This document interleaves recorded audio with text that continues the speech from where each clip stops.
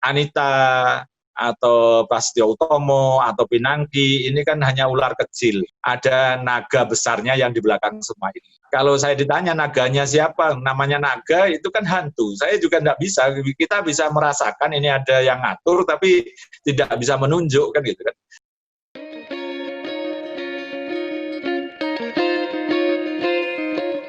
Terpidana kasus pengalihan utang atau KC Bank Bali, Joko Chandra, yang kabur ke luar negeri sejak 2009, akhirnya berhasil ditangkap oleh penyidik Bareskrim Polri di Malaysia. Joko Chandra dijemput langsung oleh Kepala Bareskrim Polri, Komjen Listio Sigit Prabowo. Sebelumnya banyak pihak mempertanyakan apakah Joko Chandra memang dilindungi. Karena di awal Juni, buronan itu melenggang santai masuk ke Indonesia, mendatangi rumahnya di Jakarta, mengurus KTP elektronik di Kelurahan Grogol Selatan, dan KTP elektroniknya selesai tak sampai 2 jam. Setelah itu, dia ke kantor pelayanan satu atap Pengadilan Negeri Jakarta Selatan, ditemani penasihat hukumnya dari Anita Kolopaking and Partners untuk mendaftarkan peninjauan kembali kasusnya. Nah, setelah mengurus semuanya, Joko Chandra kembali melenggang ke luar negeri dengan santainya. Kok bisa?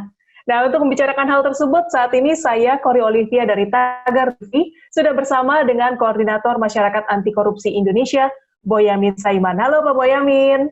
Halo, selamat siang semuanya. Tagar dan kawan-kawan juga. Sehat terus, Pak Boyamin? Sehat. Pulang ke Solo ini ngadem. Kan pendekar itu kan begitu. Turun gunung, rame-rame, selesai balik gunung lagi, udah menghilang gitu kan. Kemarin Mbak Abi minta ya udahlah sambil lebaran gitu kan. Oke, terima kasih ya Pak sudah mau meluangkan waktu. Itu juga nggak tercapai karena tadi malam ketangkep, jadi akhirnya ya mulai pagi, siang, sore nanti sudah ada jadwal, malam nanti sudah ada jadwal juga. Dan aku kan nggak mungkin menghindar gitu kan, nggak enak gitu kan ketika dibutuhkan malah menghilang, nanti saya di blacklist teman-teman media, kapok saya kan. Terima kasih Pak Min sudah mau meluangkan waktu untuk Tagar TV ya. Pak Boyamin, ini Joko Chandra sudah ditangkap dan kasus pelariannya sejak 2009 ini membuat heboh ya Pak. Menurut Anda Pak, apakah sejak awal Joko Chandra memang dilindungi? Dan kalaupun iya, siapa yang melindungi Pak? Ya itulah, yang pelindung itu kan hantu. Seperti saya kan sebenarnya pengen jadi hantu juga gitu kan. Karena ilmunya tinggi dan kemudian tidak bisa diendus, bahkan tidak bisa diproses hukum. Yang pertama tahun 2009 itu kan sehari menjelang putusannya dibacakan, dia sudah kabur. Artinya ini kan sudah pasti ada yang bocori. Entah saking canggihnya orang luar membobol informasi ke dalam, atau orang dalam yang membocori keluar. Dan nampaknya itu bukan dari yang pertama, nampaknya yang kedua, orang dalam ada yang bocori. Dan itu sebenarnya dengan tertangkapnya itu kan bisa dibuka itu. Bagaimana dulu dia kabur kan. Dan Joko Chandra selalu bahasanya lewat lawyer-lawyernya gitu, ada yang Anita Kolopaking dan sebelumnya saya juga kenal lawyernya tahun 2016 itu yang mengurus urusan red notice ke Prancis dan ke London, itu ada juga. Selalu mengatakan, mengeluh katanya diancam dan juga akan diambil seluruh bisnisnya, segala macam lah itu kan. Nah, jadi ada dua pihak ini, kubu yang melindungi dan kubu yang ingin merampas dari dia gitu. Jadi ini mudah-mudahan nanti Pak Joko Chandra ini bersedia buka-bukaan, baik yang membantu dia maupun yang akan mengerjai dia gitu. Jadi itu sering mengeluh begitu sehingga dia alasannya takut. Tapi kan ya belum tentu semua, tapi ya kita haraplah nanti Pak Joko Chandra itu buka-bukaan apa yang sebenarnya terjadi dari mulai 2009 hingga tadi malam misalnya. Dan bisa jadi ini kan gini loh Olivia, kita jangan makan mentah-mentah apapun yang ada di depan mata kita semalam gitu kan. Apakah dia sebenarnya menyerahkan diri, atau dia kompromi misalnya, atau dia ada proses yang penangkapan benar-beneran seperti yang cerita itu bahwa dia ditangkap. Itu rasanya kalau ditangkap murni itu rasanya itu tidak masuk logika saya, karena saya itu dulu mahasiswa Menwa, belajar intelijen dan kontra intelijen itu istilah penggalangan itu hal-hal yang biasa sederhana itu sebenarnya. Dan jadi bisa jadi ada yang keras misalnya ini Joko Chandra ini kan anak dan istrinya masih di Indonesia. bisa aja diancam macam-macam kan gitu kan, kalau tidak balik maka akan dibekukan. Seperti saya kan suka ngomong gitu, bekukan hartanya kan gitu kan. Dan itu kan nampaknya bisa aja oleh pemerintah, oleh intelijen kita, kepolisian dipakai untuk mengancam kan, bisa jadi begitu, sehingga kompromi menyerah misalnya. Jadi atau dengan cara-cara yang memang halus, artinya bisa jadi ada tukar menukar. Nanti kalau kamu pulang malah dikasih bisnis yang berkaitan dengan propertinya, misalnya hotel, perumahan, pabrik keramik itu kan terbesar di Indonesia, pabrik keramik Mulia itu kan, pabrik gelas Mulia, pabrik kaca Mulia, jadi banyak yang itu. Dan bisa jadi loh ya, ini kan semua bisa hal-hal demikian terjadi, dan nanti akan bisa diungkap oleh justru keadaan lah, gitu kan.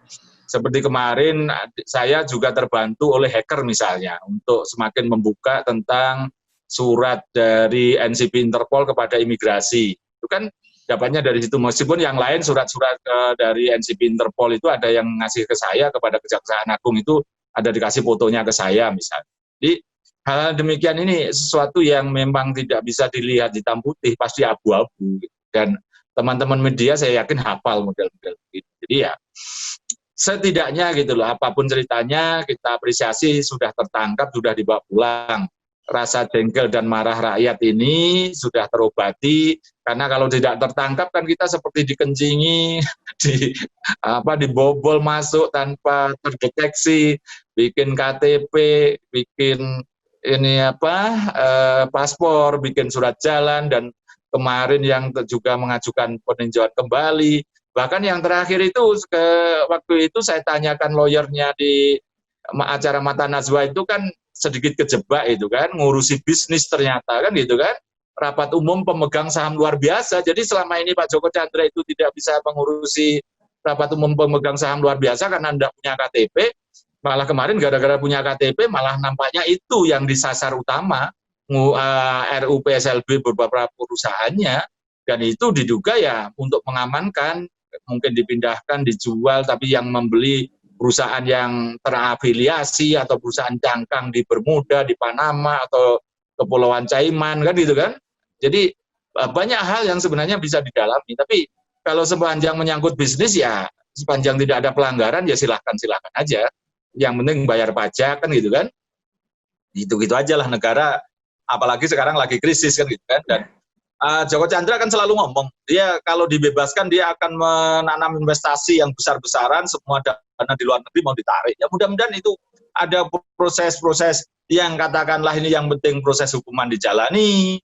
Kalau dia melanggar imigrasi misalnya masuk tanpa lewat pos batas lintas itu juga ada sanksi pidana 2 tahun, dan mungkin terkait Prasetyo Utomo itu suap, misalnya ada dugaan suap lah, Prasetyo Utomo berkaitan dengan surat palsu. Nah, itu kan juga dia memakai surat palsunya kan gitu kan. Nampaknya Bareskrim akan menangani itu duluan. Dia nampaknya Bareskrim tidak ikhlas menyerahkan jaksa untuk dieksekusi yang kasus Cesi Bank Bali. Akan ditangani berkait Prasetyo Utomo. Artinya kan surat palsu. Nah, dan itu semua masyarakat kan rasanya tidak percaya kalau ini semua gratisan kan gitu kan. Ya mudah-mudahan ada kepolisian menemukan dugaan-dugaan adanya gratifikasi atau janji atau bahkan materi kan begitu kan, ya misalnya lebih jauh lagi misalnya suap kan itu kan. Dan itulah yang kita harapkan betul supaya terbongkar sekalian tuntas, karena tujuan kita kan ini semata-mata bukan hanya menangkap buron, tapi kan perbaikan pemberantasan korupsi dalam arti proses yang cepat, dan juga proses pemiskinan dengan pencucian uang. Karena kalau koruptor itu masih kaya raya kan masih bisa pakai uangnya untuk mengurus ini dan itu, bahkan mengatur ini dan itu semua kan gitu kan. Jadi ini saya berharap betul itu proses ini tidak sekedar euforia semalam tadi tertangkap terus diproses sudah gitu ya. Yang itulah yang kita tidak inginkan, karena apapun harus ada perbaikan. Dan kalau saya orang Solo itu kan kadang-kadang ada eufisme satir itu kan. Saya mengucapkan terima kasih pada Pak Joko Chandra karena atas ulahnya gitu menjadikan ini mudah-mudahan jadi ada perbaikan-perbaikan. Dan sederhana kemarin itu sebenarnya kan dari rangkaian saya bisa mengungkap, memperjelas, mempertajam keadaan yang sengkarut ini kan awalnya dari KTP-nya aja kan gitu kan, karena lawyernya ngaku pakai KTP waktu pendaftaran PK. Nah kalau begitu kan kita berterima kasih terhadap sistem pemerintahan kita yang membuat KTP tunggal, tidak bisa dipalsu, tidak bisa didobel gitu kan, karena dengan sidik jari, dengan iris mata gitu kan.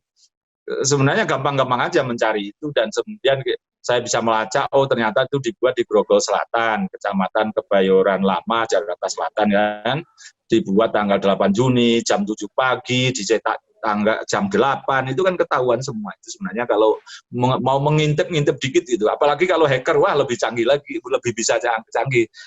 Kemampuan saya cuma mengintip, itu aja bisa kok gitu kan. Terus kemudian akhirnya paspor itu tiba-tiba ada yang ngirimin fotonya gitu kan, yang dibuat tanggal 22 itu, dan dicetaknya tanggal 23 Juni. Itu kan ada yang mengirim foto ke saya. Jadi rangkaian-rangkaian itulah sebenarnya saya berharap betul ini demokrasi dan penegakan hukum itu, apapun pilar-pilar ini, media, pilar teman-teman.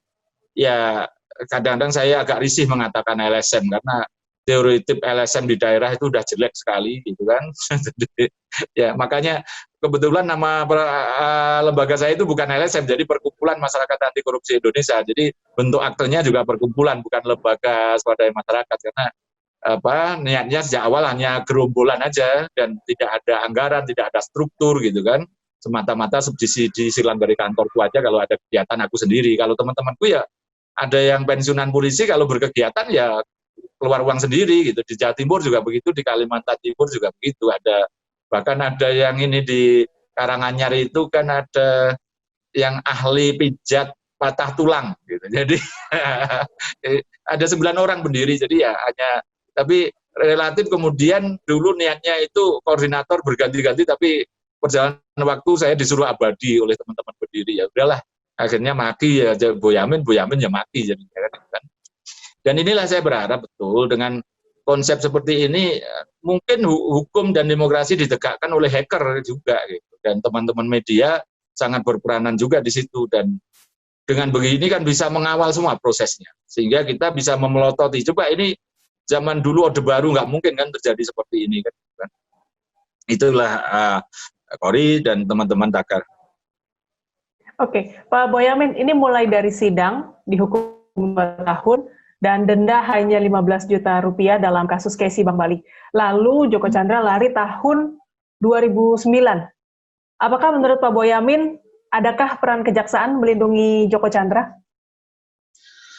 Ya, dalam konteks beberapa hal dulu itu kan sebenarnya tahun 2002 ya sidangnya itu kan. Itu semangat kok. Tapi waktu itu ada pergantian kekuasaan yang menjadikan seperti menjadi sulit gitu kan. Seperti ini menjadikan Joko Chandra jadi iri. Kemudian karena yang belakangan tersangka seperti Setia Novanto, terus Tanri Abeng, Rudy Ramli, itu kan tidak diproses. Jadi sebenarnya kalau mau diaudit dari proses sanalah sebenarnya Kejaksaan Agung tidak tegas dan tidak tuntas. Dan dugaan ini ya banyak hal gitu, karena saya mempelajari betul Casey Bank Bali ini sejak tahun 2014 ketika saya gugat Setia Novanto. Tiba-tiba ternyata ada SP3-nya. Sampai 13 tahun tidak pernah terungkap kalau Setia Novanto itu dapat SP3 kasus Casey Bank Bali. Kalau saya tidak gugat juga nggak akan ketahuan itu. Nah itulah proses ini sebenarnya Kejaksaan Agung tanda kutip ya melindungi karena tidak menuntaskan. Dan kemudian kasus Joko Chandra pun juga belakangan. Kalau ini kira-kira Pandey Lubis itu tidak diputus bersalah di Mahkamah Agung, kemudian juga tidak akan ada PK untuk Syahril Sabirin dan juga tidak ada PK untuk Joko Chandra tahun 2009 itu. Tapi sebenarnya ada proses-proses politik yang menurut saya inilah yang selalu mencampuri penegakan hukum. Ketika terjadi pergantian kekuasaan atau terjadi awal-awalnya sangat semangat, tapi kemudian belakangan juga kemudian ada kompromi lagi tingkat tinggi secara politik, maka kemudian seperti ambiar gitu loh kalau menurut Didi Kempot. Jadi itu menjadikan Kejaksaan Agung dalam suatu mekanisme ya menurut pengertian saya ya melindungi karena tidak menuntaskan proses ini, dan kemudian bahasanya siapa yang membocori ini, apakah Mahkamah Agung atau justru Kejaksaan Agung yang bocori tahun 2009 itu kan. Nah inilah yang berikutnya juga yang paling kentara lagi adalah tidak ada upaya untuk mencabut kewarganegaraan Joko Chandra ketika dia sudah memiliki kewarganegaraan Papua Nugini. Pernah ada omongan dari Pak Darmono waktu itu, Wakil Jaksa Agung tahun 2014-15 lah sekitar itu, tapi nyatanya juga tidak pernah dilaksanakan.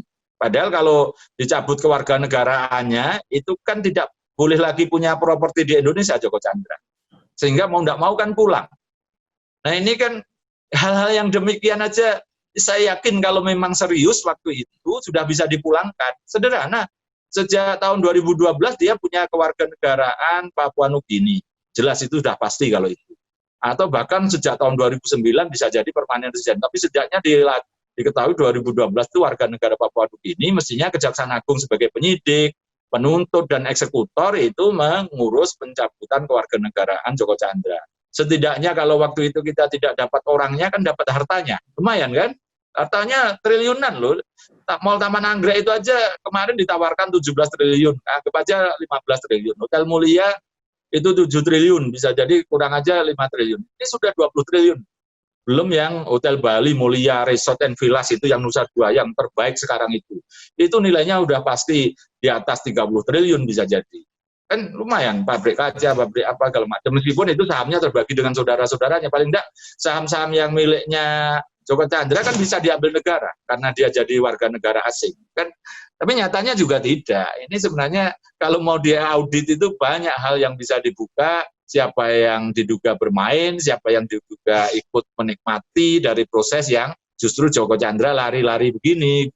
Padahal kalau dia mungkin memikir bahwa sebenarnya dia merasa tidak dicurangi, dikadali, bisa jadi gitu loh ya.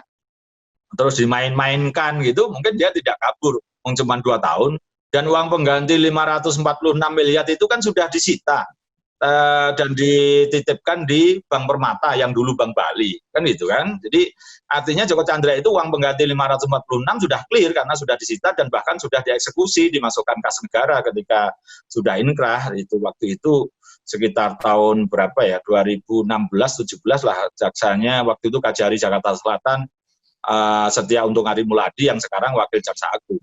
Jadi kalau soal itu ya, tapi memang ada satu lagi kekurangan, 905 miliar kerugian menurut BPK itu kan baru 546, berarti kurang sekitar 350-an miliar lah.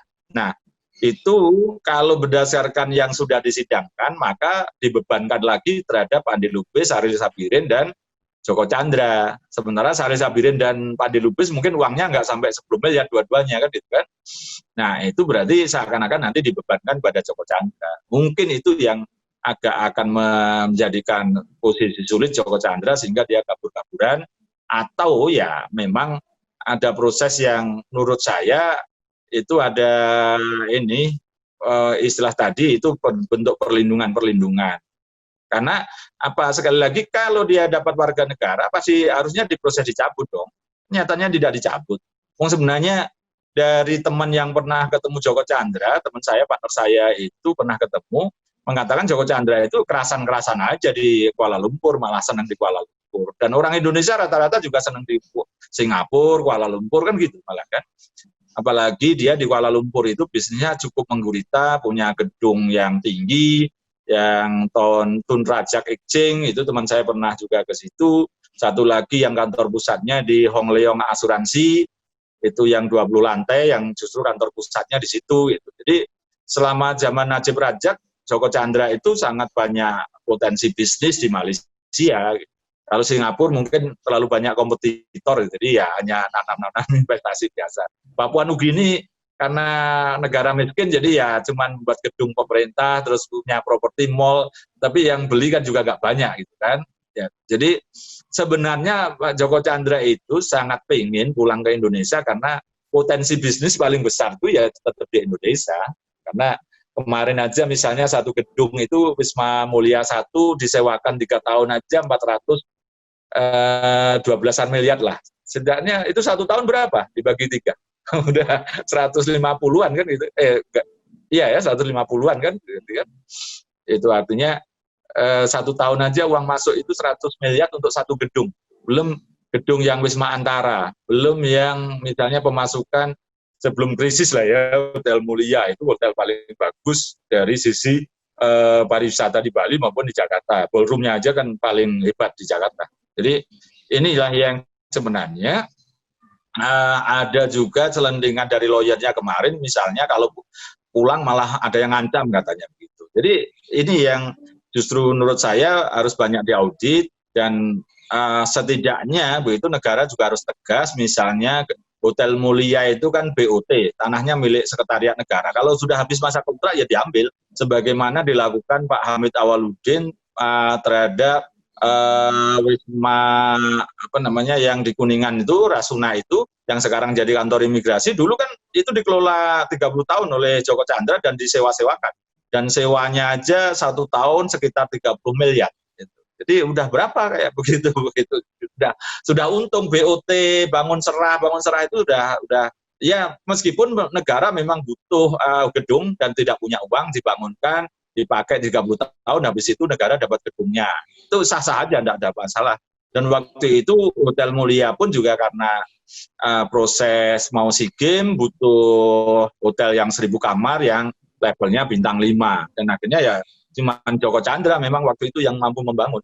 Dan itu ya kadang-kadang lawyernya itu kan ngomong pahlawan, dia mampu membuat sesuatu investasi ketika krisis 97-98. Kalau yang lain-lain dianggap ngemplang BLBI gitu, dia nampaknya malah investasi gitu. Tapi ya bahwa Joko Chandra juga mungkin merasa dirinya hanya dikerjai oleh orang lain-lain.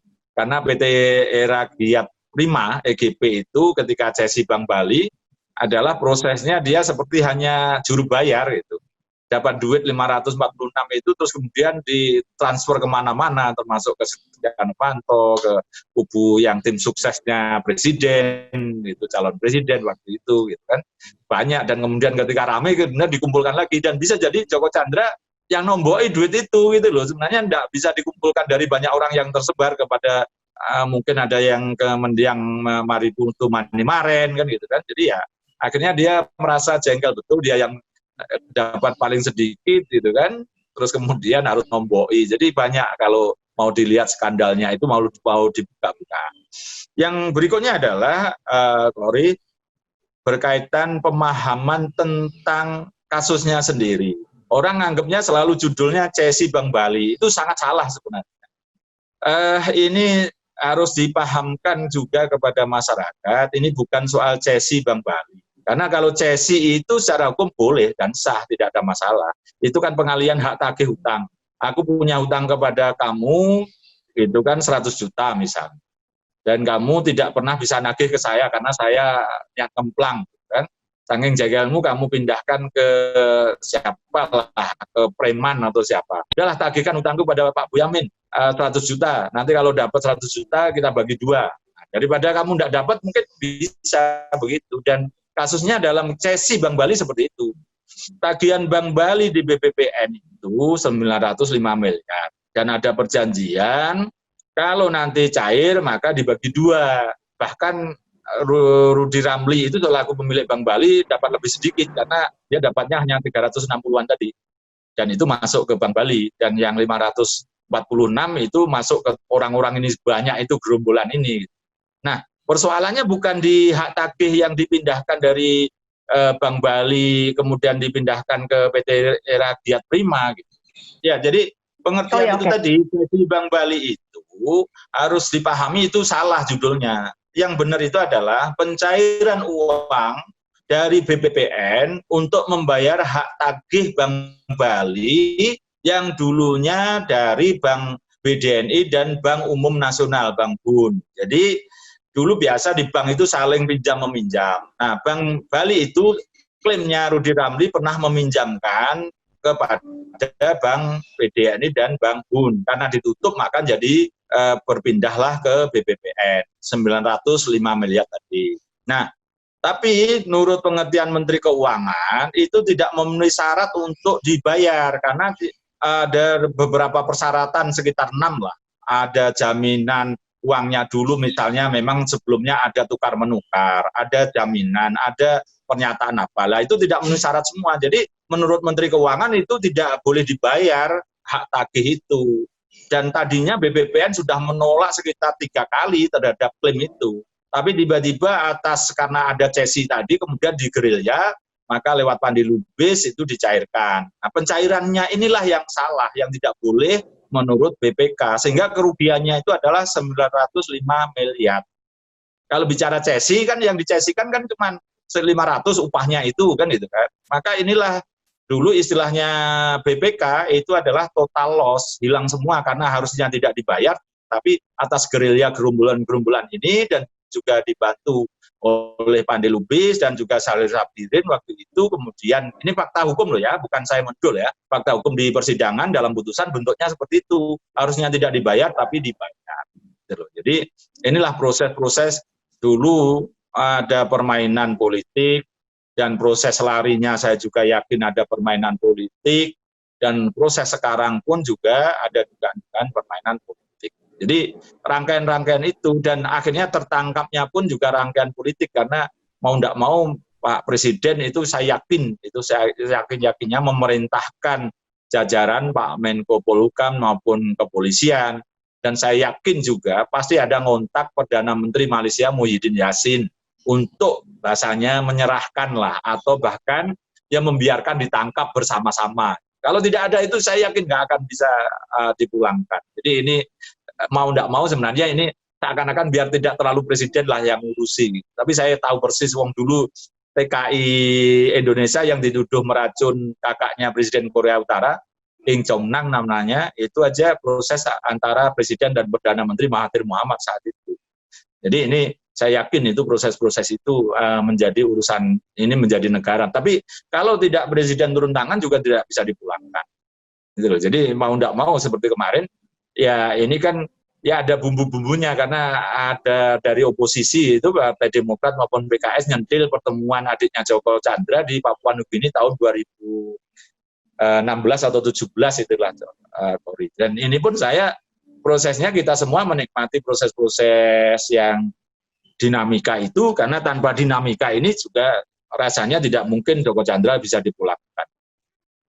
Oke, Pak Boyamin, ini terkait berita yang lagi viral nih, Kejaksaan Agung sudah menjatuhkan sanksi disiplin berat kepada Jaksa Pinangki Sirna Malasari berupa pembebasan dari jabatan struktural karena terbukti melanggar disiplin dan kode etik perilaku jaksa karena melakukan perjalanan ke luar negeri tanpa seizin pimpinan dan bertemu pria yang diduga kuat adalah Joko Chandra. Bagaimana komentar Pak Boyamin? Kalau itu sudah ketemu Joko Chandra, sudah bukan diduga kuat lagi. Jadi saya kan yang membuka itu juga, yang punya data. Jadi sudah pasti nih Pak? Ya, sudah pasti kok. Kemarin aja karena saya masih menghormati asas praduga tidak bersalah. Rasanya saya udah lapor ke Komisi Kejaksaan itu kalau data saya kuat apa nggak malu saya sendiri. Wah, kok Boyamin sekarang cuman bahannya mentah kan gitu kan repot saya nanti menurunkan grade saya kan gitu kan. Jadi sebenarnya karena apa? Itu sengaja saya pancing begitu. Waktu saya tahu itu kemudian terus rame itu juga diperiksa. Awalnya cuman tuduhannya, sangkaannya itu ketemu dengan Anita Kolopaking. Tapi kemudian kan ada yang membuka sedikit di internet tentang foto yang dengan Joko Chandra. Saya lacak menurut versi yang sumber saya dan pengolahan saya itu ada kebenarannya. Dan tertambah lagi saya punya dokumen data keberangkatan Jaksa Pinangki bersama Anita Kolopaking dari Jakarta ke Kuala Lumpur tanggal 25 November 2019. Bahkan saya tahu masuknya bandara aja yang Pinangki 6:30 gitu, masih pagi-pagi rajin. Kalau Anita jam 7 lebih 10 menit lah masuk bandara. Jadi kalau ini ada dua potongan informasi gitu atau potongan fakta ada foto dan fakta ada keberangkatan bersama-sama. Artinya kalau disambung ya berarti berangkat bersama-sama ketemu Joko Chandra pada November 2019 itu. Jadi ini sudah akhirnya sesuatu yang istilahnya sudah tidak bisa ditutup-tutupi dan saya buka aja. Memang makanya saya kemarin kan memberikan statement tidak puas kalau hanya diberhentikan dari jabatan. Mestinya dia diberhentikan secara tidak hormat itu kalau memang ini proses disiplin. Tapi atau kalau tidak seperti Brigjen Prasetyo Utomo dicopot dari jabatannya dan kemudian diproses pidana. Pilihannya Kejaksaan Agung cuma dua itu. Dan kenapa juga Pak Mahfud tadi malam itu juga keras itu sampai pagi ini juga keras terhadap Jaksa Pinangki harus diproses pidana. Saya yakin beliau bahkan datanya lebih komplit dari saya. Mungkin perjalanan pulangnya kan saya tidak punya, kan gitu kan. Pak Mahfud saya yakin punya karena itu gampang diakses di bandara kok, kan kapan berangkat, kapan pulang, terus bagaimana prosesnya. Dan kemudian kalau tidak salah informasi yang saya dapat, Anita Kolopaking itu juga sudah membuka informasi itu bahwa memang berangkat bersama-sama dan berfoto bersama, itu sudah disampaikan ke pengawasan Kejaksaan Agung dan juga kepada kepolisian.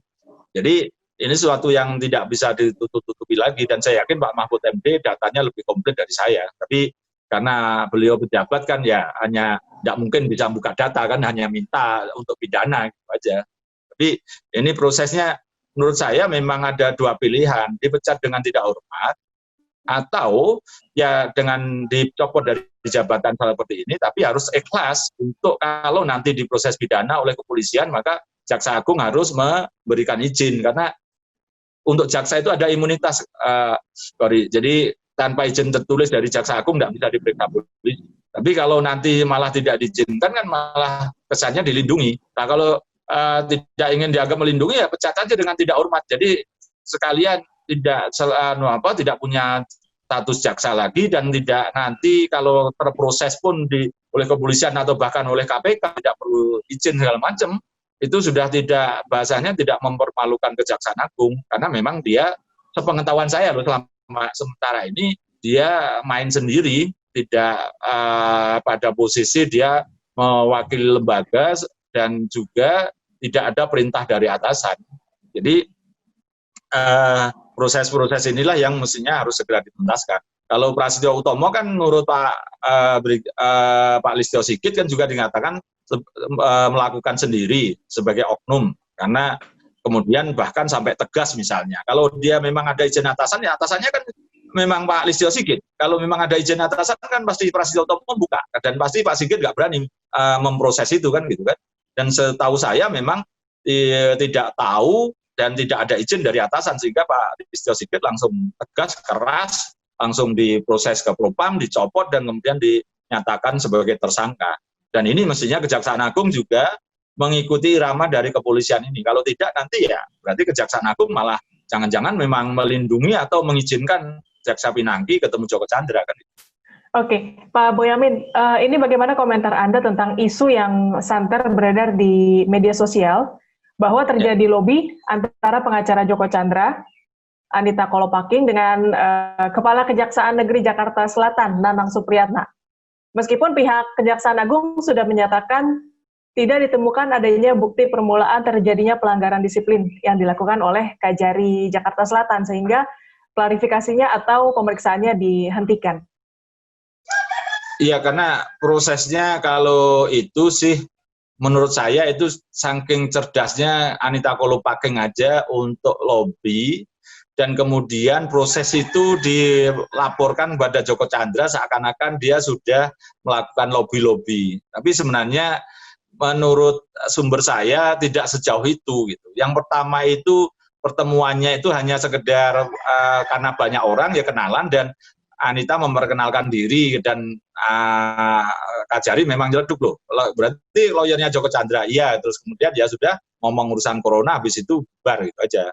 Tapi memang yang sedikit ada dugaan keteledoran Kajari Jakarta Selatan, masih ada Anita Kolopaking menemui lagi gitu loh, pertemuan kedua, dan menanyakan apakah sudah ada panggilan sidang, apakah memori kasasi itu yang dikirim pengadilan sudah diterima ke Kejaksaan Negeri, ya, tanpa sesuatu yang mungkin curiga atau apa, yang ngomong bahwa betul sudah menerima memori kasasi dan kemudian sudah dilaporkan pimpinan Kejaksaan Tinggi, tapi belum ada petunjuk sehingga belum bisa memberikan komentar apa-apa. Jadi bahasanya sebenarnya normatif begitu aja. Jadi dalam posisi itu saya belum punya data apapun melebihi dari sumber itu tadi. Jadi menurut saya salahnya tidak salah amat lah. Tapi ada kecerobohan yang kedua terhadap peristiwa yang kedua ini tadi tidak melapor, gitu loh. Jadi mestinya kan mulai rame-rame. Nah, yang dia laporkan ya cuman yang ada videonya, yang pertama itu yang rame-rame ngomong corona itu, dan dia tidak ngomong tentang yang pertemuan kedua yang terkait ditanya tentang memori kasasi dan berkaitan dengan persidangan. Dan sebenarnya ya harusnya jaksa Kajari kan tidak ada urusan dengan jadwal sidang begini, gitu loh. Kan tanyanya ya ke pengadilan aja sudah nerima atau belum. Kalau ada lawyer yang rajin itu pasti ada maunya gitu kan.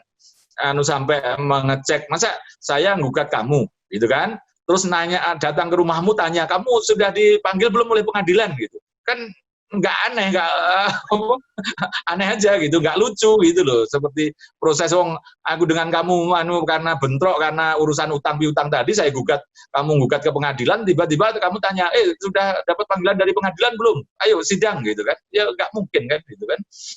Nah itulah nampaknya kalau dari sisi kesalahan Kajari Jakarta Selatan itu bentuk kecerobohan, bentuk ketidaksikapan gitu aja sebenarnya.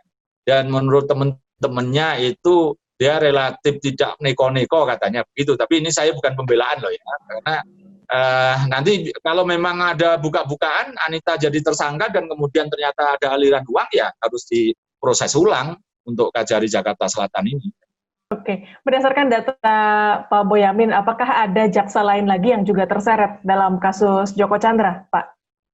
Sepengetahuanku belum ada satu lagi berkaitan ini.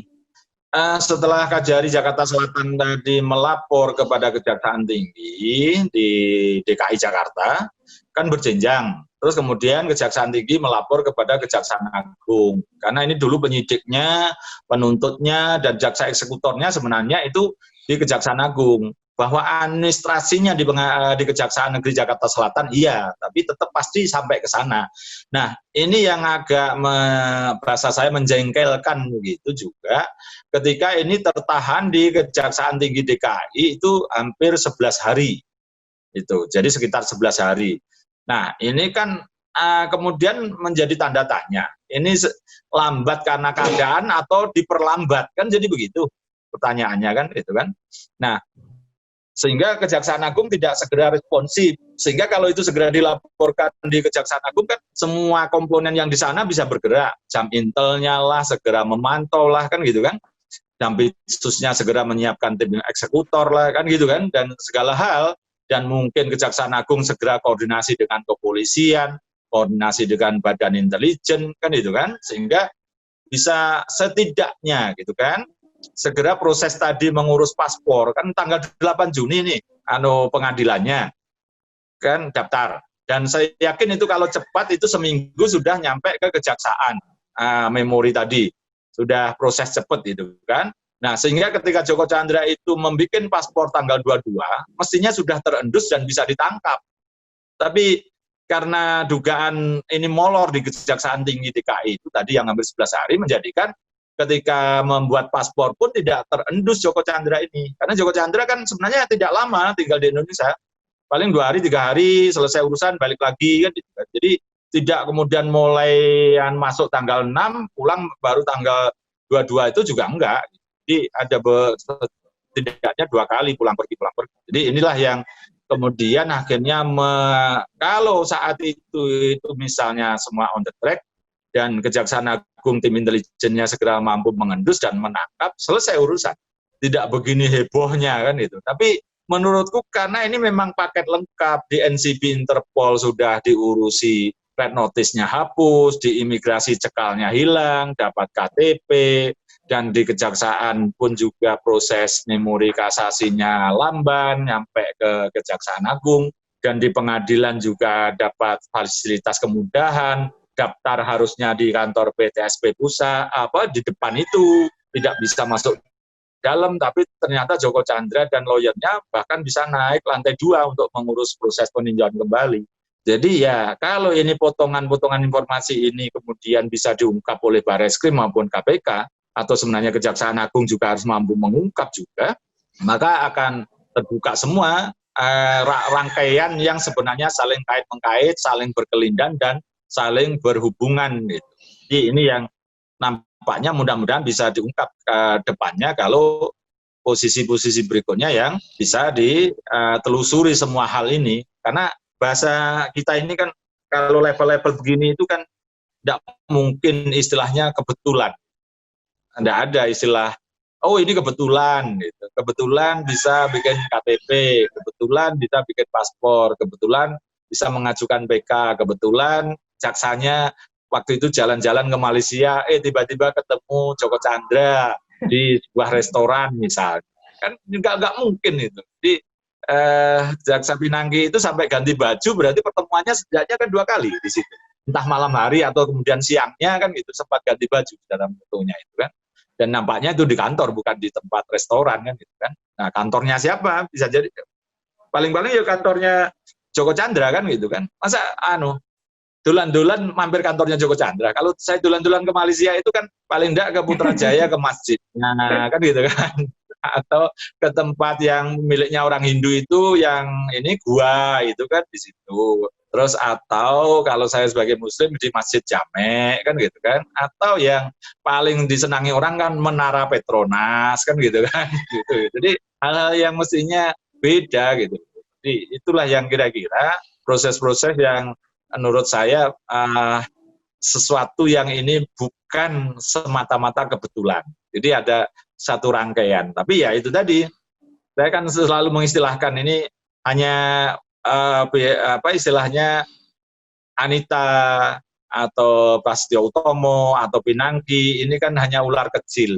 Dan ada naga besarnya yang di belakang semua ini. Dan kalau saya ditanya naganya siapa, namanya naga itu kan hantu. Saya juga tidak bisa, kita bisa merasakan ini ada yang ngatur, tapi tidak bisa menunjuk kan gitu kan. Dan itu saya sangat pengen belajar ilmunya terhadap naga itu sebenarnya kan gitu. Bahkan konsep saya itu kan dulu sebenarnya mati itu kan mau jadi hantu kan gitu kan. Hantu itu kan ditakuti kalau tidak nampak kan gitu kan, operasi intelijen. Tapi kan saya tidak mungkin kita detektif partikelir aja belum ada sistemnya, apalagi mau jadi hantu kan gitu kan. Bisa-bisanya ya jadi mafia gitu kan. Nah, saya nggak bisa jadi mafia kan gitu kan. Baru aja saya mau nanya Pak, siapa naganya? Daripada Pak Boyamin, gitu kan. Jika kita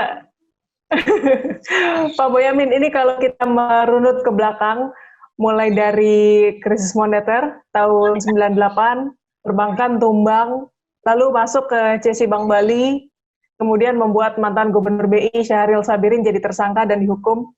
Artinya kasus ini bisa melebar kemana-mana. Joko Chandra bisa jadi whistleblower. Menurut Anda apakah sejauh itu peran seorang Joko Chandra, Pak? Agak susah, Kori, karena ini sudah daluarsa. Hukum kita ini kan kalau korupsi itu kan 18 tahun. Peristiwanya tahun 99. Kalau sekarang berarti kan sudah melebihi 18 tahun. Kecuali hakimnya itu adalah Artijo Alkaustar yang mengatakan bahwa untuk kasus korupsi tidak ada daluarsa, tidak ada expired. Karena apa? Di kasus korupsi itu sama dengan kasus narkoba dan teroris. Nah, 3 kejahatan ini kan selalu dipersamakan, extraordinary crime. Dan kasus teroris dan kasus narkoba itu tidak ada expired, ada beberapa hal yang tidak expired. Nah, korupsi nanti kalau ini berpedoman ada expirednya 18 tahun, maka ya sudah tidak bisa diapa-apakan. Kecuali hanya ngejar 360 miliar, itu pun secara perdata tidak mengungkap orang. Padahal ada sisi lain, sebenarnya bisa aja tetap diterobos karena Rudy Ramli, Tanri Abeng, dan saya seingat betul yang paling enggak 2 itu. Ya Setia Novanto karena dapat SP3 gitu, itu diteruskan dibawa ke persidangan sehingga mengungkap 4 gulipat saat itu dan segala ekornya sampai sekarang Joko Chandra yang harus lari-lari itu. Karena habis itu Setia Novanto setelah lolos tidak dapat SP3 malah karirnya menanjak. Bahkan sampai jadi ketua Golkar, ketua DPR RI kan itu kan. Dan saya yakin kalau bicara modal ya modalnya dari situ kan gitu. Kalau nah itu misalnya Rudy Ramli meskipun tidak tahu kemana tapi ya masih ada bisnis kan gitu. Tapi setidaknya kan dia yang aktor utama saat itu. Justru sebenarnya dia waktu itu kenapa ini kebongkar karena jengkel merasa dikerjai. Wong saya yang punya duit kok cuma dikasih uang 360 kan gitu kan. Nah dan juga Tanri Abeng misalnya. Orang kan menganggap dia pernah dianggap dinobatkan sebagai manajer 1 miliar kan gitu kan waktu di Bir Bintang dan dianggap sudah manajemen paling hebat di Indonesia nomor wahid kan gitu kan. Tapi kenyataannya ada dugaan cacat di situ dan sampai sekarang belum di SP3 kalau Tanri Abeng. Nah, itulah yang kemudian nyatanya juga saya tidak mengerti pemerintahan berikutnya malah masih memakai dan jabatannya semakin naik kan gitu kan. Setidaknya jadi komisaris utama di Pertamina, masih ada begitu proses-proses itu. Nah, inilah yang apakah mau sampai sejauh itu, tapi rasanya ada kendala hukum itu karena ada luarsa itu. Jadi agak berat. Oke, pertanyaan terakhir Pak Boyamin, apa harapan Bapak terkait kasus Joko Chandra ini, Pak? Ya, kembali ke tadi yang aku jelaskan kan kira-kira ya, bahwa pemberantasan korupsi harus cepat, dan diproses dengan extraordinary crime juga, hartanya disita untuk dimiskinkan dan kemudian dikenakan pencucian uang. Karena pemberantasan korupsi yang bertele-tele tidak ditahan, akhirnya terjadilah kasus Joko Chandra yang kabur. Karena tidak dimiskinkan, tidak disita hartanya, tidak dikenakan pencucian uang, maka koruptor yang bebas ataupun mungkin masih di dalam, masih bisa ngatur dan membeli fasilitas negara. Misalnya di dalam penjara, kamarnya bagus. Atau seperti kalau buron Joko Chandra ini bisa masuk, keluar lagi, mendapatkan hal dan banyak hal dan juga masih bisa ngurus bisnisnya. Nah, dari proses inilah harapan saya juga selain itu yang lebih kecil lagi ada bersih-bersih di Kejaksaan Agung.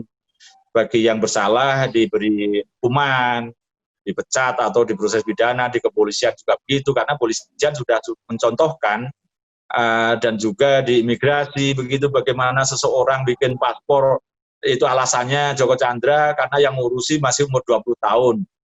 Kayak kita tidak ngurusi paspor. Paspor itu pasti diurus dengan ada verifikasi atasannya dan diwawancara. Jadi kalau yang lebih kecil lagi yaitu tadi bersih-bersih dan proses pemidanaan dan kemudian ya dicarilah jaksa, polisi ataupun imigrasi yang nanti akan menduduki jabatan, ada profil asesmen bagi orang-orang yang punya integritas. Dari sisi harta tidak mencolok seperti bermewah-mewahan. Kemudian ada screening yang cukup kuat terhadap calon-calon pejabat di Kejaksaan Agung, Kepolisian, dan Imigrasi. Dan profil asesmen itu menggunakan ilmu dan teknologi, yaitu psikotes. Karena psikotes itu saya tahu persis, itu pernah belajar, itu kan bisa paling tidak memitigasi orang yang mungkin tidak jujur atau punya mental yang buruk, itu ketahuan kok di situ. Jadi ini harusnya dipakai, jangan sampai kemudian promosi jabatan karena suka tidak suka, atau bahkan yang nggak enak karena kedekatan, yang lebih tidak enak lagi karena nyogok, kan gitu kan. Jadi akhirnya mendapatkan orang-orang yang punya kewenangan tinggi, tapi kemudian menyalahgunakan kewenangan. Jadi ini setidaknya meskipun kita sakit, tapi sakit ini mampu diobati dan mampu menyehatkan kita semua. Dan inilah momentum bagi kepala pemerintah, yaitu Presiden Jokowi, untuk bisa membuat titik tolak dan titik pijak begitu dan titik pelompat untuk menjadi pemerintahan yang baik dari sisi juga penegakan hukum. Inilah saya kira, dan DPR nanti mudah-mudahan mengawal terus, melakukan kontrol dan tidak ada karena kepentingan sponsor. Itulah kenapa zaman sudah berubah, zaman sudah demikian majunya. Kalau ada yang main-main nanti pasti akan terungkap dan justru akan mempermalukan yang bersangkutan dan menjatuhkan yang bersangkutan. Dan inilah proses kontrol kita, dan mudah-mudahan Pak Presiden Jokowi juga mendorong kita semua untuk bisa saling mengontrol, karena hanya dengan kontrol lah kemudian pemerintahan menjadi baik, tidak ada korupsi dan bisa menyejahterakan masyarakatnya. Demikian, Kori. Ya, baik Pak Boyamin, terima kasih Pak untuk waktu dan perbincangannya. Semoga perbincangan kita ini ada manfaatnya ya Pak Boyamin. Ya, makasih. Mudah-mudahan penjelasan saya tidak bertele-tele dan cukup memberikan gambaran yang bisa mencerahkan begitu. Karena saya kadang-kadang karena lawyer kadang-kadang bertele-tele juga gitu. Oke, netizen, demikian perbincangan saya dengan Koordinator Masyarakat Anti Korupsi Indonesia, Boyamin Saiman. Saya Kori Olivia dari Tagar TV.